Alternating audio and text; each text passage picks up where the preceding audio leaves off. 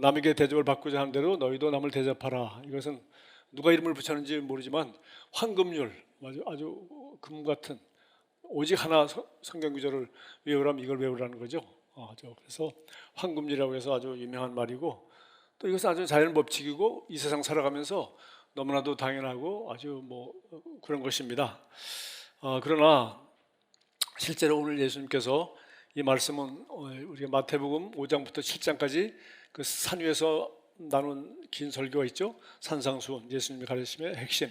근데 그 내용이 지금 여기 누가복음 6장에서는 이제 이렇게 그 내용과 조금 다르지만은 실제로 같은 내용들이 여기 있습니다. 그래서 이거 우리가 이제 평지에 내려오셔서 이제 하셨다 해서 이제 평지 설교라고 하는데, 그래서 딱 세 가지를 아주 핵심적으로 우리에게 보여주고 있어요. 제일 먼저 원수를 사랑하고, 그리고 너희를 미워하는 자를 잘해주며, 선대하며 잘해주고, 그리고 주라. 이 세 가지입니다. 그래서 사랑하고 잘해주고 주는 것, 그것이 뭡니까? 그것이 바로 번영의 원리입니다. 사랑하고 잘해주고 주는 것. 우리는 모두 사랑받기 원하고, 남이 나를 잘 대해주기 원하고, 나에게 뭘 주면은 받으면 기분이 좋죠. 그 태어나면서부터 그래요. 그러나 내가 남을 사랑할 때 사랑받는 것만 좋은 것이 아니라, 당신은 사랑받기 위해서만 태어난 것이 아니라 사랑받고 사랑하기 위해서 태어났어요. 강조점은 사실은 물론 사랑을 받아야 사랑을 할 수 있지만, 그러나 우리는 이제 그리스도의 형상을 닮아가면서 당연히 사랑하고 또 남을 잘해주고 그리고 주는 일, 이것이 바로 정말 번영을 아주 유통하는 그런 법인 것을 알 수 있어요. 참 신기하게도 우리 사도행전 20장 35절에 바울이 자기도 그렇게 살면서 수고하고 약한 사람들을 돕고, 또 주 예수께서 말씀하신 바, 자기도 일한 이유는 열심히 일해가지고 자기 선교팀만 먹고 사는 것이 아니라 약한 사람들을, 정말 어려움 당한 약한 사람들을 돕기 위해서 일했다고 분명히 얘기했어요. 그리고 또 뭐라고 했습니까? 주는 것이 받는 것보다 복이 있다 하심을 기억하여야 할지라. 예수께서 친히 말씀하신 바, 바울은 예수님 만나는 적도 없고 12제도 아니었지만 이 한 구절만 사도행전에 빛나는 말씀으로, 바울이 전한 예수의 말씀으로 딱 나와 있어요. 너무 쉬운 말씀이에요. 그런데 너무 우리가 일반적으로 우리의 본성과는 좀 어울리지 않는, 받는 걸 좋아하지 누가 주는 걸 좋아합니까? 주면 나는 적어지고 손해보는 것 같은 느낌이 우리가 들지 않습니까? 그런데 주는 것이 받는 것보다 더 복되다고 주님이 말씀하신 것을 바울도 딱 한 구절만 인용하고 또 그렇게 살았습니다. 왜 그런가? 또 우리는 어떻게 이것을 연습하고 살아갈 수 있는지 제가 여러분과 함께 나누려고 합니다. 제일 먼저는 우리가 환경을 탓하지 말고 씨를 뿌리는 것입니다. 왜 이 주는 것이 이렇게 사랑하는 것이, 사랑이라는 씨앗을 심는 거죠. 그리고 잘해주는 것, 왜? 내가 사랑받고 싶으면 사랑을 하라는 거죠, 먼저. 그리고 내가 다른 사람이 나를 잘 대접해 주기를 바라면 나도 잘 대접해 주라는 거죠. 또 그들이 내가 남으로부터 내가 정말 받는 것이 기분이 좋으면, 나도 선물 받으면 기분 좋으면 나도 다른 사람들을 미리 먼저 선물을 하는 사람이 되라는 것입니다. 그래서 이것을 가리켜 우리가 씨를 뿌린다, 주고받는다, 이런 원리다, 이렇게 이제 보통 말을 합니다. 그래서 이제 이유를 대죠. 그렇지 못할 이유, 지금은 아니다, 나는 그것까지 할 여유가 없다, 여러 가지 핑계를 대는데 환경을 탓하지 말고 씨를 뿌려야 됩니다. 믿음은 바라는 것들의 소망이요. 바로 이렇게 하나님의 좋은 축복의 약속이 되어 있기 때문에 씨앗을 심지 않고 우리는 열매를 거둘 수가 없습니다. 너무나도 당연하고 쉽고 당연한 이 진리를 왜 우리 영적인 것과 우리가 정말 바로 이 주님의 제자로서 살아가는 삶에는 왜 이것을 적용하지 않냐는 거죠. 그래서 우리 전도서 11장 4절에 바람이 그치기를 기다리다가는 씨를 뿌리지 못한다, 그렇죠? 퍼펙트 타이밍이 언제 오겠냐는 거죠. 구름이 거치기를 기다리다가는 거둬들이지 못한다. 그래서 우리가 씨앗을 뿌려놓으면, 우리 창세기 8장 22절에서 여러분 얼마나 그 평범한 얘기 같지만은 보십시오. 땅이 있을 동안에는 심음과 거둠과 그다음에 나머지는 그냥 당연한 얘기예요. 추위와 더위와 여름과 겨울과 낮과 밤이 쉬지 아니하라. 그래서 어쨌다는 거예요? 땅에서는 네가 씨앗을 심어놓으면 비도 오고 햇볕도 나고 추위와 더위와 여름과 겨울과 낮과 밤은 이거는 내가 지구를 돌리고 내가 세계를 운행하면서 네가 심어놓은 씨앗에 싹이 나도록 해주는 거야. 그러나 씨앗을 심어놓지 않으면은 추위와 더위와 낮과 밤과 봄이 오고 가을이 오고 이것이 의미가 있어요, 없어요? 아무 의미가 없습니다. 하나님이 전 우주를 움직여서 우리에게 복을 준다고 하여도 내가 씨앗을 심어놓지 않으면, 제일 먼저 뭐예요? 심음과 거둠과. 네가 심어야 돼. 심는 것이 이렇게 중요해. 심으면 너는 심는 것만 하면 너는 중간에 파보거나 아니면 포기해서 이걸 제거하지 않는 이상 잘 심어놓고 기다리기만 하면 내가 추위와 더위와 낮과 밤과 여름과 겨울과 이 시간을 통하여 너는 저절로 이 흙 속에서 이 씨앗이 생명을 발화하게 되고 꽃을 피우고 열매를 맺게 되는 거야. 뭐 너무 상식적인 것인데 사람들은 열매만 따려고 한단 말이지. 그래서 그뿐만 아니라 예수님은 이 하나님의 나라도 이 자연 원리 그대로 하나님의 나라는 사람이 씨를 땅에 뿌림과 같다. 하나님 나라도 똑같다는 거예요. 뭐냐? 그가 밤낮 자고 깨고 하는 중에 씨가 나서 자라되, 지금 얘기한 거 똑같죠. 심고 거두는 원리. 어떻게 그리 되는지를 알지 못하느니라. 땅이 스스로 열매를 맺되 처음에는 싹이요, 다음에는 이삭이요, 그 다음에는 이삭에 충실한 곡식이라 열매가 익으면 곧 낫을 대나니 이는 추수 때가 이름이라. 그래서 싹이 이삭이 나고, 그다음에 줄기가 나오고, 그다음에 열매가 맺히고, 그리고 익으면은 추수한다. 너무 잘하는데, 너무 잘하네. 오늘 아침에 제가 모처럼 아침에 공기도 좋고 그래서 걸어오다 보니까 이 단천과 이 주변에 온갖 꽃이 너무 평범한 노란 꽃이고 보라색 꽃이고 아름다운 꽃인데 이름을 모르겠어요. 그런데 그 씨앗들이 있다가 지금 한짝 전부 다 한꺼번에 피는 것 같아요. 너무 아름답게. 여러분 한번 단천에 나가 보십시오. 그래서 한두 군데가 아니라 그 겨울을 따라서 계속 꽃이 그렇게 피어 있어요. 누가 씨앗만 심어 놓는다면 이렇게 때가 되면은 추수 때가 되면은 열매가 이렇게 많이 거친다는 아주 너무나도 평범한 원리. 이게 자연의 원리일 뿐만 아니라 하나님의 나라의 원리라는 거예요. 하나님의 나라에 대한 비전을 가지고 우리가 말씀을 심고, 그리고 핑계대지 말고 탓하지 말고 남 탓하지 말고 때를 더 좋은 때만 기다리지 말고 하나님이 영감을 주신 대로 바로 순종하여 사랑하고 잘해주고 주고. 우리가 지금 사랑과 하나님 나라의 원리 얘기해주고 있지 않습니까? 농사 짓는 데다가 아니면 씨앗과 그 열매에 대한 비유로 너무 쉽게 그렇게 설명을 했습니다.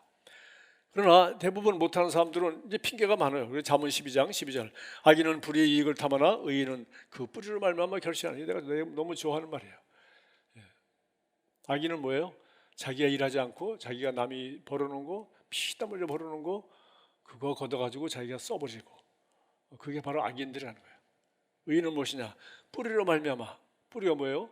결국은 씨앗만 심는 것이 아니라 우리 씨 뿌리는 자의 비유에서 나오죠. 씨앗이 심었다고 다 되는 게 아니죠. 뿌리를 깊이 내려야 돼. 시편 1편의 말씀처럼 시냇가에 심은 나무처럼 뿌리를 깊이 내려야 돼. 바로 주야로 그 말씀을 묵상해서 하나님 말씀과 이 말씀에 대한 믿음. 그래서 말씀을 믿고 하나님의 신실하심을 믿고 이 자연처럼 너무나도 당연한 거기 때문에 신실하신 것을 믿기 때문에 우리가 사랑하고 잘해주고 주면은 반드시 하나님께서 주라. 그러면 내가 너에게 주겠다고 약속했어요. 우리 38절에. 우리가 너무나도 좋아하고 잘하는 말이죠.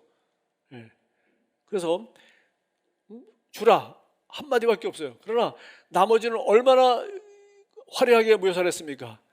내가 너에게 줄게. 네가 주면 내가 줄게. 너는 적은 거 가지고 조금 줬지만 나는 끝없이 너에게 줄 수 있어. 내 잔이 차고 넘치게 줄 수 있는 사람이야.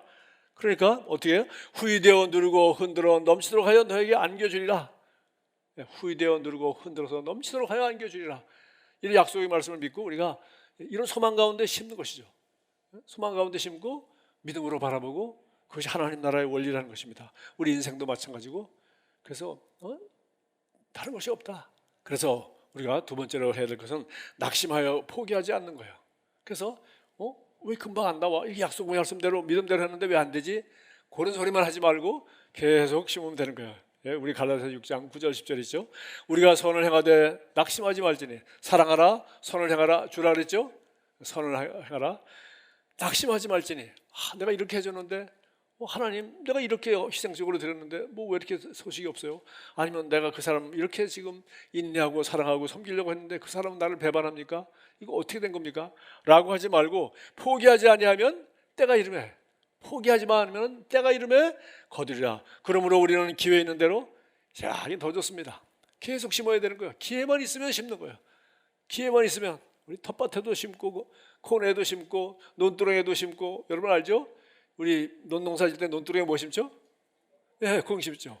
아이고, 이 도시에 태어난 사람들은 논두렁에 뭐 심는지도 몰라. 논두렁이 뭔지도 모르고. 예. 야, 논두렁에도 콩을 심어요. 그리고 담 밑에 뭐 심죠? 예, 호박. 예. 이거 누가 시키지 않아도. 예.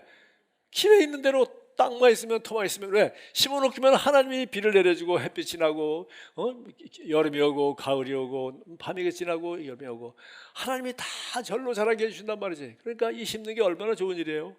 그런데 이게 이 세상의 자연 원리, 농사짓는 원리, 모든 걸 가르치는 네 인생도 그런 거야. 네가 부부간에 사랑하는 것도 그런 거고, 결혼생활도 마찬가지고 자녀도 마찬가지야. 네가 심는 거야. 네 인생에. 어릴 때 지금 아무도 못 심잖아요. 부모가 심잖아요. 누가 이웃 아저씨가 와서 심어줍니까? 내가 이 아이 돌봐주고, 내가 이 아이에게 좋은 말 해주고, 내가 이 아이를 위해 축복해주고, 심으면 20년, 30년, 40년 후에 평생 그 말씀의 씨앗이, 사랑의 씨앗이, 내가 잘해준 씨앗이 자라서 얘는 더 풍성한 것을 거두고, 얘도 마찬가지로 다른 사람을 사랑하고 섬기면서 이 사람은 더 행복해. 왜? 주는 것이 받는 것보다 더 복되니라. 나보다 더 복된 사람이 되는 거야. 나는 씨앗을 심었을 뿐인데 얘는 30배, 60배, 100배를 수확해서 그걸 가지고 또 다른 사람한테 많이 사랑하고 잘해주고 이제 주는 사람이 된단 말이지. 그래서 시편 126장 5절부터 6절, 눈물을 흘리며 씨를 뿌리는 자는 기쁨으로 거두리로다. 울며 씨를 뿌리러 나가는 자는 반드시 기쁨으로 그 곡식단을 가지고 돌아오리로다. 제가 요새 이제 창세기를 다시 한번 읽어보면서 창세기 32장 10절에 아주 한마디로 이 야곱이 어떻게 우리 떠나간지 제가 여러분에게 설명했죠. 떠날 때 어떻게 떠났습니까? 내게 먹을 것과 입을 것 주시고 내가 살아서만 돌아온다면, 뭐 간단해요. 먹을 것 입은 건 당연하고, 내가 죽지 않고 살아서만 돌아온다면 내가 하나님을, 야훼 하나님을 나의 하나님을 섬기고, 내가 이 돌이 당신을 위한 하나님의 성전을 지어줄 것이고, 내가 모든 수입에 하나님이 주신 것은 무조건 10분의 1을 하나님께 드리겠습니다 라고 했고, 세월이 어떻게 해요? 울며 씨를 뿌려 나간 거죠. 여러분, 예서는 눈물 흘릴 일이 없었어요. 지가 믿음이 없어가지고서 축복기도 못 받은 거 가지고만 한번 눈물 흘렸지, 그 다음부터 해서는 그 이삭이 물려준 땅에서 거기서 어디 이민 간 적도 없고, 행복하게 나름대로 사냥하면서 자기 취미생활하면서 아주 부자로 잘 살았습니다. 그때 야곱은 이게 뭡니까? 기도만 받았지 갑절의 축복은 거짓커녕 이렇게 빈손으로 가서 20년 동안 얼마나 고생을 했는지 창세기에 너무 설명이 잘 돼 있어요. 그러고 보니까 20년 세월이 20년. 그래서 그것이 바로 다 사기당하고 내 거는 하나도 없어도 그게 지금 자기가 해야 될 일이기 때문에 그 일을 하는 거예요. 여러분 그렇게 하겠어요? 20년? 그런데 그냥 그렇게 한 게 아니죠. 그러다 나중에 14년 세월이 지나고 또 몇 년이 지나고 할 때 어떻게 했어요? 나는 계속 품값 땡기고 이래가지고 내가 어떻게 살겠어요? 자식들 있는데. 그래가지고 결국은 그 악한 외삼촌하고 그렇게 섬긴 다음에 이제 담판을 하죠. 건강한 양떼가 많이 생길 수 있도록. 왜? 이 사람이 20년 동안 이 양치는 최고의 목동이 된 거예요. 그래서 잠언 22장 29절 보세요. 내가 자기 일에 능숙한 사람을 보하는 자, 이러한 사람은 왕 앞에 설 것이요 천한 자 앞에 서지 아니하리라. 그렇죠. 신실하고 탁월한 목자입니다. 신실만 해서 되는 게 아니야. 성실만 해서 되는 게 아니라 탁월한 목자예요. 최고의 실력가예요. 최고의 실력가. 그렇게 이런 조건에서 핑계대거나 남 탓하지 않고 오직 외삼촌은 그렇게 섬겼는데 탁월한 목동이 되고 하니까 단 몇 년 사이에 거부가 되도록 하나님이 축복을 해주셨단 말이지. 그 모든 걸 다 보시고 하나님은 이 원리를 따라 살면 이렇게 힘드나? 야곱 얘기해주고 20년 얘기했지만은 이렇게 힘드나? 힘들죠. 그러나 야곱이 그 20년 동안에 어떻게 됐어요? 야곱이라는 사람이 변했잖아요. 그리고 마지막 창세기 32장에서 야프강 나루에서 그 천사와 씨름하면서 드디어 새 이름, 완전히 이제는 야곱은 없는 거예요. 이스라엘이라는 영광스러운 이름. 아브라함과 이삭과 야곱의 하나님뿐만 아니라 이스라엘 민족의 조상이 된 진짜 조상이 됐잖아요. 그런 일이 어떻게 언제 일어났어요? 그가 그렇게 고생하던 씨를 뿌리고 거두지도 못하고 그렇게 사기당하고 하는 동안에 자기가 충성하고 이렇게 했더니 낙심하여 포기하지 않고 행동하고 믿음으로 이렇게 살았더니 마침내 하나님이 그를 새로운 사람으로 변화시켰어요. 새로운 사람으로. 이름도 새로운 사람으로. 그리고 그 나머지는 바로 이 창세기가 바로 이 야곱 얘기하려고 여기까지 왔구나. 그래서 그 12아들에서부터 그 중에서 요셉 때 가서 드디어 70 몇 명이 갔다가 나중에 거대한 민족이 되는 얘기 시작이 바로 거기서 끝나요. 전부 다 뒷부분 전부 야곱 얘기 아닙니까? 야곱의 자녀들 얘기예요. 이런 축복을 잔이 넘치도록. 자, 우리가 구하거나 생각하는 모든 것에서 상상도 못했죠. 지팡이만 가지고 갔다 그랬는데 먹을 것과 입을 것만 주시고 나를 살아서만 돌아오게 하면 이게 바로 그가 구해둔 거예요. 그러나 우리가 상상하거나 구하는 것보다 넘치도록 해요. 맞습니까? 아니 어떻게 더 넘치게 어떻게 더. 그래서 우리 산은 이렇게 넘치는 거예요. 흘러나가기만 한다는 이 파이프라인을 수도꼭지 같아. 틀어놓기만 한다면 양수리 양평 그 댐 물이 다 나갈 때까지 수돗물은 나올 수 있어요. 왜? 끝이 없어. 양수리 물도 끝이 있지. 그러나 우리 축복의 번영의 파이프라인은 끝이 없어요. 뭐만 하면은 이걸 제대로 사랑하고 잘해주고 주는 데다가 이걸 열어놓기만 한다면. 고린도후서 9장 8절 이건 우리가 너무 좋아서 잘 믿어지지 않고 이거 그만 될까? 나도 이런 삶을 살 수 있을까? 정도 도전이 되는 말 아니에요? 모든 은혜를 너에게 넘치게 해서 이것도 그냥 주면 되는데 넘치게 해서 이는 너희로 모든 일에 항상 모든 것이 넉넉하여 무슨 일이든지 모든 것이 넉넉하여 모든 착한 일을 넘치게 하려 하심이라. 할렐루야. 넘치게 하려 하심이라. 제가 이 말씀을 다 정리하면서 한 가지 지금 제가 하는 이 넘치게 근데 한 가지 그림이 딱 떠오르는 거예요. 마치 그 나야가라 폭포처럼 진짜 물이 넘치거든요. 이거보다 더한 일이 있었어요. 큰 호수 강줄기고 하늘에서 하늘 창문들이 열려서 비가 억수로 퍼대고 모든 세상이 물에다 잠겨버렸어요. 그게 최고의 넘치는 것입니다. 이게 하나님이 하신 일이에요. 근데 그런 이미지를 어디서 얘기했는지 아세요? 말라기 3장 10절에 있어요. 보십시오. 그것으로 네가 11조 이거 가지고 나를 시험하여 내가 하늘문을 열고 이 하늘문이 뭐예요? 그게 바로 노아의 홍수 때 하늘문이 열림으로 말미암아 홍수가 났다 그래서 이 하늘문이 그 단어입니다. 하늘문을 열고 너에게 복을 쌓을 곳이 없도록 붙지 않나 보라. 복을 쌓을 곳이 없도록 붙지 않나 보라. 우리가 이 복을 펼쳐 나가는데 우리가 지금 정말 할 일이 많이 있는데 정말 여러분도 정말 남이 맺어놓은 20년 30년 열매를 따고 싶으면 어떻게 해야 돼요? 20년 40년 환경 탓하지 말고 씨를 뿌리고 낙심하고 포기만 하지 않고 행동해요. 씨를 뿌리는 걸 나가서 울며 씨를 뿌리러 나가는 자는 나가는 거예요. 아유 오늘 귀찮아. 빗속에도 나가는 거예요. 추워도 나가는 거예요. 전도도 그렇고 모든 게 나가야지. 들어앉아 기도만 하는데 누가 해주나. 나가야지. 양떼를 돌봐야지. 밤을 새워 양떼를 돌봐야지. 제 양떼가 잘 되게 축복해 주소서. 그럼 축복이 되나? 이게 얼마나 야곱의 삶처럼. 그리고 기본이 20년이야. 그리고 너무 중요한 거는 지금 뭐 열매만 얘기하는 거 아니야. 야곱이라는 믿음의 사람이 이스라엘이라는 믿음의 사람이 절름발이가 되어서 여기 히프뼈가 한도뼈가 오고 절름발이가 되어서 하나님을 의지하는 사람으로 이스라엘이라는 사람으로 우리에게 예수 그리스도를 전해준 유다의 아버지로 유다 족속에서 예수님 오셨잖아요. 그 유다가 야곱의 자손 아닙니까? 이런 아름다운 성경에 세상 만민이 복을 받는 파노라마가 이게 바로 야곱이 20년 동안 투자한 눈물 나는 씨앗의 열매라는 걸 우리가 알고 있잖아요. 이제 앞으로 100세 시대 지금도 뿌리십시오. 심는 것입니다. 앞으로 10년 더 살지 20년 더 살지 30년 더 살더라도 아니 누가 그만두랬어요? 일하고 심어야죠.